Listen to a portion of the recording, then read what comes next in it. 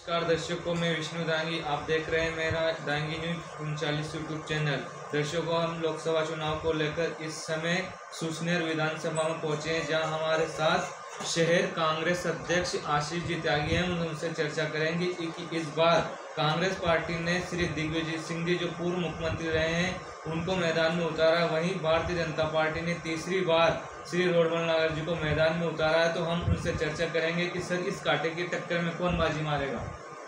विष्णु जी, सबसे पहले तो आपका स्वागत है श्री विधानसभा क्षेत्र में, और आपके सभी दर्शकों का मैं हार्दिक का स्वागत करता हूँ। इस बार फाइनली जैसे आप सुसनेर विधानसभा में आए हो, यहाँ के लोगों की नब्ज आपने टटोली है, आपको लगा ही होगा कि उन्होंने पिछली 2 बार रोडमल नागर को यहाँ से सांसद बनाकर भेजा, लेकिन वह कभी इस क्षेत्र में दिखाई नहीं दिए। उस बात का मलाल सिर्फ सुसनेर नगर की जनता, सुसनेर विधानसभा की जनता ही नहीं, बल्कि भारतीय जनता पार्टी के समर्पित कार्यकर्ताओं को भी है। उनको भी मलाल है कि वह जिनके लिए मेहनत करते हैं, वह कभी लौटकर उनके तरफ, उनके सुख दुख की तरफ नहीं आते हैं। जब कार्यकर्ताओं की ये हालत है, भारतीय जनता पार्टी कार्यकर्ताओं की हालत है, तो आम जनता की क्या परेशानी होगी, मुझसे वो रूबरू नहीं है। तो इस बार जनता मन बना चुकी है कि वह राजा दिग्विजय सिंह जी को, जो कि सड़क पर घूम रहे हैं, गली गली घूम रहे हैं, ऐसे व्यक्ति को चुनकर दिल्ली लोकसभा में भेजने जा रही है। जी, बीजेपी वाले आरोप लगा रहे हैं कि श्री दिग्विजय सिंह जी जब 10 साल मुख्यमंत्री रहे, तब जिले का और क्षेत्र का विकास नहीं कर पाए, तो अब सांसद बनकर क्या करेंगे वो? देखिए, आज जो किसान इस क्षेत्र का उन्नति पर है, उन्नति पे है तो नहीं बोल सकता, उन्नति पर था जब तक कांग्रेस की सरकार थी। आज उनके सोयाबीन के भाव आप देख लीजिए कहाँ पर हैं, किसानों की लागत देख लीजिए, लागत के बाद उनकी आय कितनी होती है। आज किसान को हम अन्नदाता कहते हैं, जय जवान जय किसान जय विज्ञान का नारा देते हैं, लेकिन किसानों की हालत बहुत दर्दनाक है इस प्रदेश में, इस देश में। और 10 साल जब मुख्यमंत्री दिग्विजय सिंह जी थे, तब उन्होंने गांव-गांव स्टॉप डैम बनवाए, किसानों को उन्नत करने का बीड़ा उठाया, किसानों के बारे में सोचा और किसानों को समृद्ध बनाया। और लोग नहीं बोलते, भारतीय जनता पार्टी के लोग बोलते दिग्विजय सिंह जी ने क्या किया। यह आम व्यक्ति जानता है कि इस प्रदेश के लिए दिग्विजय सिंह जी ने क्या किया, और जो किया उसी के लिए आज राजा साहब दिग्विजय सिंह चुनाव यहाँ से जीत रहे। जी, बीजेपी वाले आरोप लगा रहे हैं कि जब दिग्विजय सिंह जी मुख्यमंत्री थे, तो क्या ये हमारे राजगढ़ जिले में जो मोहनपुरा डैम, कुंडालिया डैम जो मिला है, या पहले क्यों नहीं मिलते थे, क्यों नहीं मिल सका? क्या यहाँ पहले नदियाँ नहीं थी क्या? बहुत सही प्रश्न करा आपने, बहुत शानदार प्रश्न करा। देखिए, ऐसा है कि सरकारी योजनाएं जो बृहद रूप से बड़ी योजनाएं रहती है, उसका खाका बनाना पड़ता है, उसका ढांचा बनाना पड़ता है। उसका सबसे पहले स्वप्न राजा दिग्विजय सिंह जी ने देखा, मोहनपुरा का स्वप्न राजा दिग्विजय सिंह की देन है। कुंडालिया बांध, जो कि आज नहरों के माध्यम से सिंचाई हो रही है, उसका सबसे पहला सपना राजा दिग्विजय सिंह जी ने देखा। आज गांव-गांव जो गौशाला हैं, जो आज खाली पड़ी है, उसमें गाय नहीं है। कमलनाथ सरकार के कार्यकाल में जो गौशालाएँ बनी थी, आज उनमें गाय नहीं है, लेकिन वह सपना भी सबसे पहले दिग्विजय सिंह ने देखा कि पूरे प्रदेश में गांव-गांव में, हर गांव में गौशाला होना चाहिए। दिग्विजय सिंह जी ने तो बहुत कुछ दिया है। अब भारतीय जनता पार्टी के लोग ना जाने क्यों नहीं मानते हैं, क्या बात है। झूठ बोलो, झट बोलो, जोर से बोलो, उनकी नीति है, तो इसका तो आम व्यक्ति और आप और हम तो कुछ नहीं कर सकते। जी, हम जनता के बीच रहे, जनता से हमने सवाल जवाब किया। जनता को कहना है कि जब दिग्विजय सिंह जी मुख्यमंत्री थे, जब हमारे राजगढ़ जिले को फैक्ट्रियाँ मिली थी, 3-4 फैक्ट्रियाँ राजगढ़ जिले को मिली थी, तो दिग्विजय सिंह जी ने मुख्यमंत्री थे, उनको राघोगढ़ लेके गए। तो क्या जनता का कहना है कि क्या राघोगढ़ में बेरोजगार थे, राजगढ़ जिले में लोग बेरोजगार नहीं थे? ऐसा नहीं है। इंडस्ट्रियल एरिया की जहाँ जमीन सबसे पहले आवंटित हुई होगी, वहीं पे इंडस्ट्री डलती है। यह बेबुनियाद बातें हैं कि राजा साहब दिग्विजय सिंह जी राजगढ़ से उठा के उनको राघोगढ़ ले गए, यह सब मिथ्या बात है, यह सब झूठी बात है, अफवाह बात है। राजा साहब ने तो क्या सिर्फ राधौगढ़ का विकास किया था उनके मुख्यमंत्री रहते? पूरे प्रदेश में जो विकास उनके कार्यकाल में हुआ था, क्या पूरा प्रदेश राधौगढ़ के नाम से जाना जाता है? यह मध्य प्रदेश है, राधौगढ़ प्रदेश नहीं है। राधौगढ़ में उन्होंने विकास किया, राजगढ़ में उन्होंने विकास किया, चाचौड़ा में विकास किया, ब्यावरा में किया, सुसनेर में किया, यहाँ तक कि इंदौर, उज्जैन, रीवा, जबलपुर, जितने भी संभाग है सभी जगह उन्होंने विकास किया। तो यह बेबुनियाद बात है कि उन्होंने सिर्फ राधौगढ़ का विकास किया, ये सब बात मैं मानता नहीं हूँ, क्योंकि जनता तो मानती है कि उन्होंने हमारे यहाँ विकास किया। अब जब जनता मान रही है तो भारतीय जनता पार्टी के जो लोग जो भ्रामक प्रचार कर रहे हैं उनसे जनता को कुछ फर्क पड़ने वाला नहीं है। उनके झूठ के ढकोसले में इस बार जनता आने वाली नहीं है। सुसनेर विधानसभा की क्षेत्र की जनता का क्या माहौल है, क्या मन मनाए हुए? देखिए, सुसनेर विधानसभा में राजा साहब जब मुख्यमंत्री थे तो उन्होंने गांव-गांव में स्टाफ डैम बनवाए, और आज उन्हीं की बदौलत जो गलत ज़मीनें थी आज सिंचित ज़मीनें हो गई है। तो सुसनेर विधानसभा के लोग रोड़मल जी नागर को पिछली 2 बार जिता चुके हैं, और रोड़मल जी नागर साहब माननीय वो कभी पलटकर इस क्षेत्र की जनता के सुख दुख में, क्या कि भारतीय जनता पार्टी के कार्यकर्ताओं के सुख दुख में ही शामिल नहीं हुए हैं। तो क्षेत्र की जनता मन बना चुकी है। पिछली 2 बार जो गलती हुई है वह गलती इस बार नहीं होगी, और पूरी तरह से पूरा क्षेत्र बहुत ही अच्छी जीत के साथ, सुसनेर विधानसभा से बहुत ही अच्छी जीत राजा साहब दिग्विजय सिंह जी को मिलने वाली है, और वह राजगढ़ लोकसभा जीत रहे हैं। मैं अग्रिम बधाई आप सभी को आप इस चैनल के माध्यम से अभी से देना चाहता हूँ। जी, जब मुख्यमंत्री दिग्विजय सिंह जी थे तो बीजेपी वालों का कहना है कि उस समय जो युवा थे उनको रोजगार नहीं मिला। अच्छा, ऐसी बात है? तो यह बताइए कि उन्होंने शिवराज सिंह जी की सरकार में और मोहन यादव जी की सरकार में क्या रोजगार पैदा किए?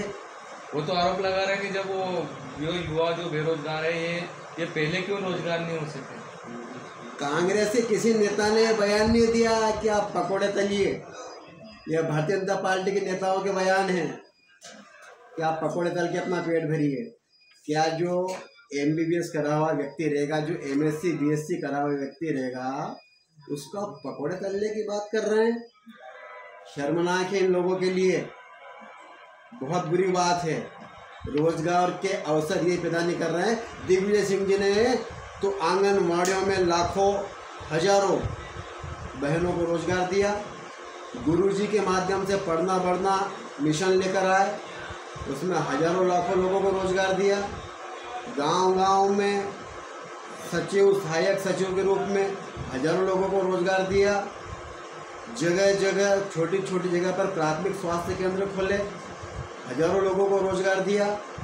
दिग्विजय सिंह जी ने जितना रोजगार उनके मुख्यमंत्री काल में दिया उसका 10% भी न तो शिवराज सिंह जी की सरकार ने न मोहन यादव साहब की सरकार ने दिया है। मात्र 10% भी नहीं दे पाया आज तक ये पिछले 25 साल में। जी, आप इतनी बड़ी दावेदारी से कह रहे हैं कि जब कांग्रेस का कोई भी केंद्रीय नेतृत्व का नेता अभी तक अयोध्या मंदिर क्यों नहीं जा पाया? अयोध्या मंदिर नहीं जा पाया, क्या इनकी रीति, इनकी नीति और इनकी नीयत साफ थी? इन्होंने कौन से नेता को इन्विटेशन दिया? राहुल, आपके कांग्रेस के जो नेता है राहुल गांधी जी ने निमंत्रण ठुकराया अयोध्या मंदिर का? नहीं, गलत बात है। निमंत्रण ठुकराया नहीं, उस तारीख को ही जाना जरूरी है क्या? मैं आपसे पूछना चाहता हूँ, क्या उसी तारीख को, उसी तारीख पे सिर्फ भगवान सिर्फ उसी तारीख पे मिल सकते थे क्या? नहीं, मेरे जहाँ तक मुझे याद है वहाँ तक मतलब अभी तक कांग्रेस पार्टी का कोई भी राष्ट्रीय नेता अयोध्या मंदिर नहीं पहुँचा। कांग्रेस पार्टी का प्रत्येक नेता, प्रत्येक छोटा छोटा कार्यकर्ता ने अपने अपने घर पे, दफ्तर पे या फिर कार्यालय पे, कांग्रेस कार्यालय पे या फिर मंदिरों में जाकर हनुमान चालीसा का पाठ किया। जी, वो समझ रहा हूँ, लेकिन इससे क्या आपत्ति है कांग्रेस पार्टी को कि अयोध्या मंदिर में अभी तक नहीं पहुँच पाए? मतलब दुनिया का हर व्यक्ति वहाँ पहुँच रहा है, कांग्रेस क्यों नहीं पहुँच रही है? बहुत अच्छा सवाल है आपका, इसका जवाब मैं देना चाहता हूँ और आपके दर्शकों को पसंद आएगा। जब राजीव गांधी जी ने उसी जगह पर मंदिर का शिलान्यास करने की बात कही, उसी जगह पर मंदिर बनाने की बात कही, तो भारतीय जनता पार्टी के सारे नेताओं ने उस चीज़ का विरोध किया।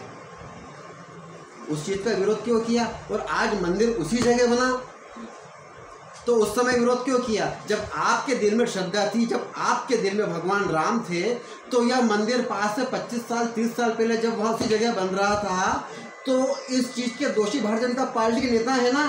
नहीं, वो तो आरोप लगा रहे हैं कि कांग्रेस पार्टी अगर चाहती तो ये मुद्दा सुप्रीम कोर्ट तक नहीं जाता, एकदम पहले निपटारा हो सकता था। देखिए, कांग्रेस पार्टी ने स्वर्गीय श्री राजीव गांधी जी ने वहीं पे शिलान्यास करने की बात कही तो भारतीय जनता पार्टी के नेताओं ने विरोध किया। आज जिस जगह मंदिर बना है वहाँ पे शिलान्यास राजीव गांधी जी करने वाले थे, लेकिन इन लोगों ने विरोध क्यों किया उस समय?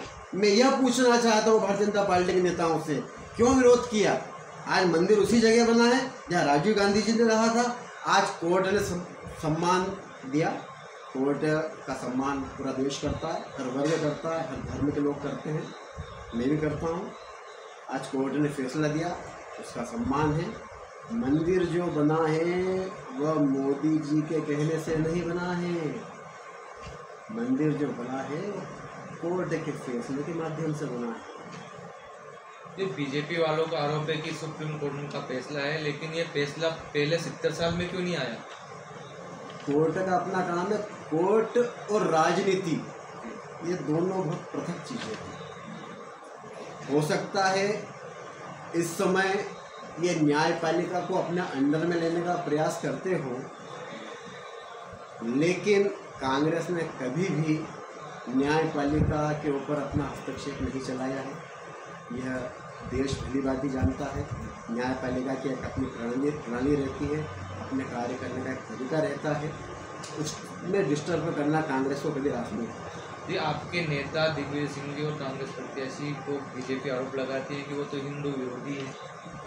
देखिए, जिनके घर में ही मंदिर है, जिनमें भगवान राम के मंदिर उनके किले के अंदर ही बने हुए हैं, जो सुबह 4:30 बजे उठकर सबसे पहले 1 घंटा पिछले 35 सालों से लगातार पूजा कर रहे हैं, बिना किसी मौसम की परवाह किए रोज़ाना अपने इष्ट के प्रति नमन होते हैं, जो गौ माता की पूजा करते हैं, जो मैया नर्मदा की परिक्रमा करते हैं, जो माँ नर्मदा का विशेष आशीर्वाद अपने ऊपर मानते हैं, जो शंकराचार्य जी को अपना गुरु मानते हैं, जिन्होंने अपने मुख्यमंत्री काल में रहते हुए पूरे प्रदेश के मंदिरों का जीर्णोद्धार करवाया है, वह व्यक्ति धर्म विरोधी।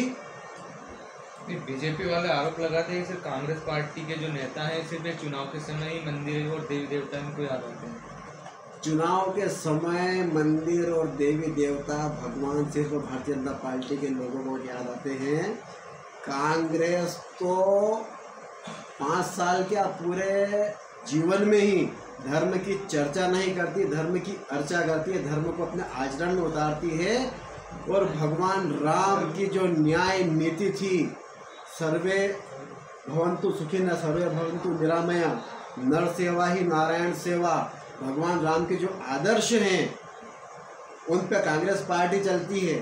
सिर्फ प्रोपेगेंडा करके जोर जोर से बोलने का काम नहीं करती है। धर्म को अगर दिल में बसाती है तो कांग्रेस पार्टी बचाती है। ये सब बेकार की बात है। जो बीजेपी ने नारा लगा रहे हैं कि बीजेपी इस बार 400 पार, बीजेपी इस बार 400 पार ये बोल रहे हैं तो कम बोल रहे हैं। इनको तो बोलना चाहिए 600 700 1000 पार। जो सीटें है ही नहीं वो भी बोल सकते हैं। इनका क्या जा रहा है? क्या भारतीय जनता पार्टी को 400 सीटों पर चुनाव लड़ रही है? नहीं, वो तो दावा कर रहे हैं कि बीजेपी इस बार 400 पार जा रही है, सरकार बन रही तीसरी बार। वो तो कुछ भी बोल, देखो आज ये बोल रहे हैं। मैंने तो फील गुड का नारा भी सुना था। जब अटल बिहारी वाजपेयी प्रधानमंत्री थे तब इन्होंने नारा दिया था कि feel good feel good feel good में हम जिस सरकार बना रहे हैं। उस फील गुड की हवा निकल चुकी है। उसके बाद आदरणीय मनमोहन सिंह जी ने शपथ ली और वो प्रधानमंत्री बने। तो मैंने तो फील गुड का नारा भी सुना था तो फेल हुआ, और मैं तो 400 पार का नारा भी सुन रहा हूँ। जो फेल होगा लिख के रखूँ। सर धन्यवाद सर, हमें समय देने के लिए।